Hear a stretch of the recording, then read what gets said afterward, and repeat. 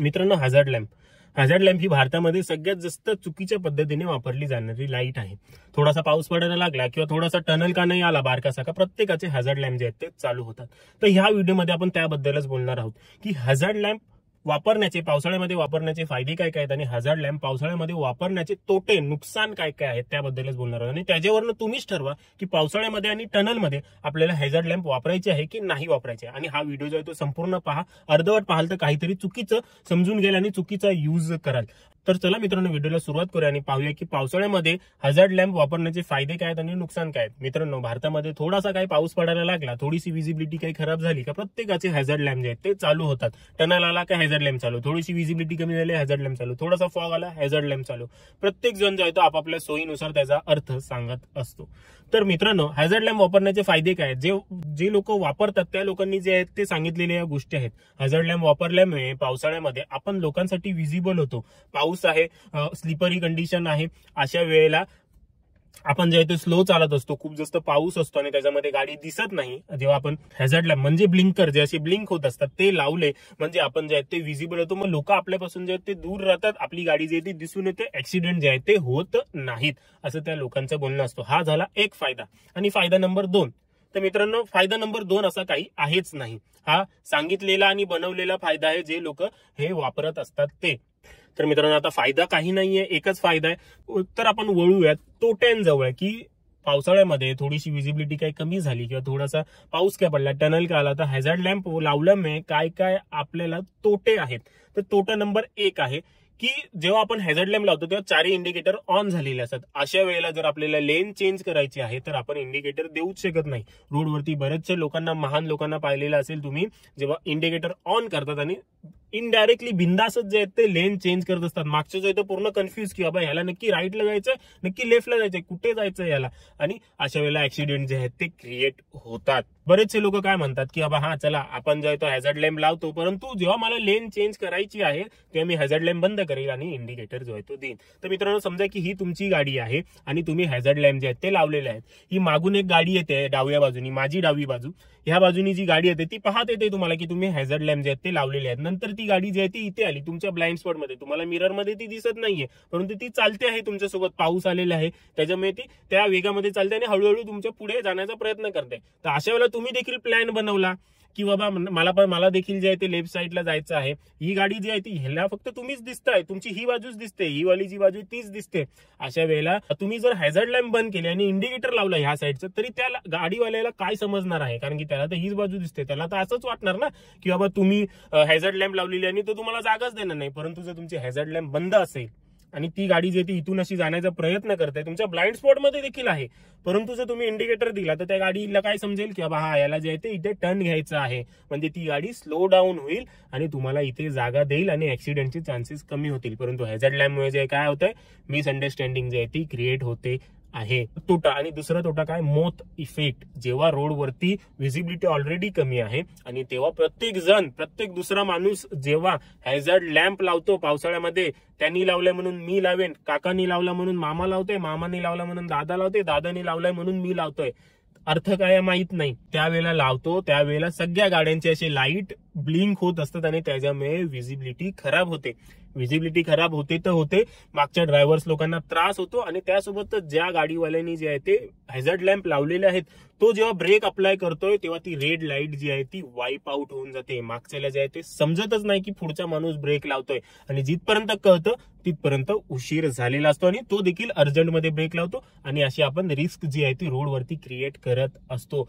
Hazard lamp जी आहे ती आपल्या रेड लाईटला जी आहे ती वाईप आउट करून टाकते. म्हणजे तिचं जे महत्व आहे, रोडवरती आपण ब्रेक युज करत असतो, हायवेज वरती देखील पटकन कोण मध्ये आला आपण ब्रेक अप्लाय केला, स्लो डाऊन झालो, ते देखील त्याच्यामुळे समजत नाही. हा जो आहे तो एक मोठा डिसएडव्हान्टेज आहे हॅझार्ड लॅम्पचा. आणि मित्रांनो, तिसरी आणि महत्वाची गोष्ट आहे, तोटा आहे, तो म्हणजे आपण मिसअंडरस्टँडिंग क्रिएट करतो आहे हॅझार्ड लॅम्पनी. हॅझार्ड लॅम्प बनवले कशासाठी जातात, त्याच्यावरचा चित्र पाहत आहे स्विचवरचा, हॅझार्डचा चित्र आहे, जो की आपल्याला गाडीमध्ये दिला देखील जातो. जेव्हा आपली गाडी पंक्चर झालेली आहे, जेव्हा आपल्या गाडीचा ब्रेक फेल झालेला आहे, जेव्हा आपली गाडी जागेवरनं हलू शकत नाही आहे किंवा काहीतरी फ्युल संपला किंवा काहीतरी झालेलं आहे, अशा वेळेला आपली गाडी नॉन मुव्हिंग आहे, अशा वेळेला ती वापरण्याची गोष्ट आहे. जेव्हा गाडी रोडवरती उभी आहे त्यावेळेला तो हॅझार्ड लॅम्प लावायचा, मागे तो ट्रायंगल लावायचा 100 मीटरवर जाऊन, म्हणजे मागच्याला जे ते दुरूनच समजून येतं की बाबा इथे हॅझर्ड लॅम्प लावलेली आहे, या जर या लेन मध्ये धोका आहे, मला लेन चेंज करायला पाहिजे. परंतु मित्रांनो, आपल्या रोडवरती प्रत्येक दुसऱ्या माणसाने ती हॅझर्ड लॅम्प लावलेली असते. मग कोण कोणाला काय इम्पॉर्टन्स देणार आहे? एखाद्याला जर खरंच गरज असली की बाबा खरंच मला थांबायचं आहे, खरंच मला जागा हवी आहे लेफ्ट साईडला जायला, माझ्या गाडीचा फ्यूल संपला, टायर पंक्चर झाला किंवा काही दुसरी इमर्जन्सी आली, तर अशा वेळेला त्याला कोण जागाच देणार नाही. कारण की आपण ते कशासाठी बनवले की पाऊस आला म्हणून ती बनवले. तर बाबा चुकीचं आहे. हॅझर्ड लॅम्प ही महत्वाची म्हणजे वापरायची कुठे असते? ब्रेक फेल झाला, काहीतरी इमर्जन्सी आली, त्याच्यामुळे आपल्याला गाडी थांबवावी लागते, गाडी ब्रेकडाऊन झाली, गाडीचा ऍक्सिडेंट झालेला आहे, रोड ब्लॉक झालेला आहे, गाडी तुमची स्टेशनरी उभ्या कंडिशन मध्ये आहे, त्यावेळेला आपल्याला हॅझर्ड लॅम्प वापरायची असते. किंवा तुमची गाडी कोणी टो केलेली आहे, त्यावेळेला देखील हॅझर्ड लॅम्प वापरायची असते. माझ्या डोळ्यासमोर घडलेली तुम्हाला गोष्ट सांगतो. एका माणसाने जे आहे ते टनलमध्ये हॅझर्ड लाईट लावलेली होती, परंतु हॅझर्ड लाईट लावून देखील त्याचा ऍक्सिडेंट झाला. त्याची हॅझर्ड लाईट का लावलेली? का त्याची गाडी जी आहे ती ओव्हरहीट झालेली आणि त्याची गाडी 20च्या स्पीडच्या पुढे जातच नव्हती. त्यावेळेला त्यांनी हॅझर्ड लॅम्प लावला, ती अगदी योग्य गोष्ट आहे. परंतु मागून येणाऱ्याला काय वाटलंय? टनल आलाय म्हणून लावलेला आहे, कारण की तो रोडवरती तेच बघत आलेला आहे. मग त्यांनी जे ती गाडी वेगात आणली आणि जेव्हा उजेडातून आपण अंधारात जातो तेव्हा काही वेळासाठी आपली दृष्टी जी आहे ती थोडीशी हे होते. त्याचं देखील तसंच झालं. मी देखील त्याच लेन मध्ये होतो, परंतु मी लेन चेंज केली. बोललं की आता हॅझर्ड लाईट ऑन आहे, मला जी सवय आहे ती मी केलं. परंतु मागच्या येणारा जो आहे तो वेगात आला आणि त्या गाडीला पाठून जाऊन हिट झाला. त्या गाडीला पाठून जाऊन हिट झाला. आणि तुम्हाला तर माहिती आहे, रोडवरती खूप जवळून चालणारी लोक असतात आपल्या इथे. मागच्या अजून 2-3 गाड्या ज्या आहेत त्या टच झाल्या. तर असं होत असतं, अशी आपण मिसअंडरस्टँडिंग क्रिएट करत असतो. आणि मित्रांनो, चौथा डिसएडव्हान्टेज आहे मोटर व्हेकल ऍक्ट 177च्या हिशोबाने हॅझर्ड लाईटचा मिसयूज करणे कायद्याने गुन्हा आहे. तुम्हाला जर पावसाळ्यात एखाद्या ट्रॅफिक पोलिसनी पाहिलं, तुम्ही रनिंग कंडिशन मध्ये ते वापरता आहात, तर तुम्हाला चलान बसू शकतो. हे पूर्णतः इलिगल आहे. पावसाळ्यामध्ये चालू कंडिशन मध्ये तुम्हाला काही प्रॉब्लेम नाहीये, तुमची गाडी चालते, फक्त विजिबल व्हावा म्हणून तुम्ही ते लावलेलं आहे, तर अशा वेळेला तुम्हाला चलान होईल. तर मित्रांनो, आता विषय येतो की आपल्याला मग काय करायचं आहे. आपल्याला मग पाऊस पडायला लागला किंवा टनल आला, तर अशा वेळेला काय करायचंय? तर टेक्निकली जे आहे ते आपल्याला फॉग लाईट्सचा यूज करायचा असतो. फ्रंटवाली फॉग लाईट आणि रिअरवाली फॉग लाईट. रिअरवाली फॉग लाईट देखील रेड कलरची असते, परंतु भारतामध्ये जे आहे ते प्रत्येक कार कंपनीज फॉग लाईट देत नाहीत. फोक्सवॅगन, स्कोडा किंवा प्रीमियम ब्रँड्स जे आहेत ते देतात, किंवा काही नेमक्याच गाड्यांमध्ये फॉग लाईट जे आहेत ते येतात. तर अशा वेळेला जर तुमच्या गाडीमध्ये फॉग लाईट नाहीये, तर अशा वेळेला आपल्याला लो बीम लाईट लावायची आहे. जेव्हा आपण लो बीम लाईट लावतो, पुढील हेडलाईट चालू होते लो बीम मध्ये आणि मागील रेड लाईट जी आहे ती चालू होते. अशा वेळेला आपण विजिबल होतो. जर आपल्याला रेड लाईट देखील लोकांचं म्हणणं असतं की रेड लाईट जी आहे ती बाबा दिसत नाही, तर मित्रांनो, जर तुम्हाला रेड लाईट नाही दिसत आहे, तर तुम्हाला पुढचा रोड कसा दिसतोय आणि तुम्ही ड्रायव्हिंग कशी करताय? काहीतरी विचार करण्याची गोष्ट आहे ना. तरी तुम्हाला उदाहरण देतो, हे व्हिडिओ पहा. त्या ऍक्टिवाची जी आहे ती रेड लाईट ती किती लांब आहे, पण त्याची रेड लाईट दिसते, त्याचा पुढे एक ब्लिंकर लावून चालतोय. रेड लाईट एवढ्या लांबून पण दिसतेच आहे ना. हा एक व्हिडिओ पहा, किती 3-4 गाड्या आहेत, रेड लाईट दिसते आहे ना. परंतु जर अशी सिच्युएशन येते की रेड लाईट देखील दिसत नाहीये, खूप जास्त पाऊस आहे, तर अशा वेळेला शहाणपणा काय येतो? गाडीची जी आहे ती हॅझर्ड लॅम्प चालू करा, गाडी जी आहे ती लेफ्ट साईडला उभी करा. लेफ्ट साईडला उभी करून पाऊस कमी होण्याचा वाट पहा. हॅझर्ड लॅम्प चालू आहे, तुमच्यापासून लोक दूर राहतील. जी बोल्ड लाईन असते रोडच्या किनाऱ्याची बोल्ड लाईन, त्याच्यापासून बाहेर राहायचं, रोडवरती आपल्याला उभं राहायचं नाही आहे. तर हेच काही आपल्याला करायचं आहे.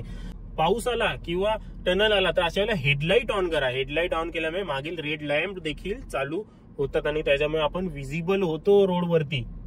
खास आपल्याला हॅझर्ड लॅम्पची गरज नाहीये अजिबात. त्याचा जो मोटो आहे, त्याचा जो हेतू आहे तो तिकडेच राहू द्या की बाबा हेडलॅम्प, कोणाची हॅझर्ड लॅम्प दिसली का त्याच्यापासून दूर व्हायचं, त्याला जागा द्यायची, त्याला सेफली लेफ्ट साईडला जाऊन द्यायचं, तोच ठेवा. जर तुम्ही रेग्युलरली वापरत जाल तर त्याचा हेतू आपण चेंज करून टाकू, मिसअंडरस्टँडिंग पूर्ण क्रिएट होईल, कोण त्या लाईटला इम्पॉर्टन्स देणारच नाही. त्याच्यामुळे आताच सुधारा. आतापर्यंत युज करत आला असेल तर इथून पुढे करू नका. आपल्याला मिसअंडरस्टँडिंग जी आहे ती लोकांची दूर करायची आणि स्वतःची देखील. चुकीच्या गोष्टीचं जस्टिफिकेशन द्यायला अजिबात जाऊ नका. जे चूक आहे ते चूकच आहे. तर मित्रांनो, आपल्या आजच्या व्हिडिओमध्ये एवढंच. आशा करतो तुम्हाला माझ्या व्हिडिओपासून मदत झालेली असेल. व्हिडिओ आवडला लाईक करा, शेअर करा. जे लोक पावसामध्ये अशा गोष्टी वापरतात त्यांच्या लोकांसोबत हा व्हिडिओ शेअर करा. व्हिडिओ आवडलेला असेल लाईक करा. भेटूया पुढच्या व्हिडिओजमध्ये.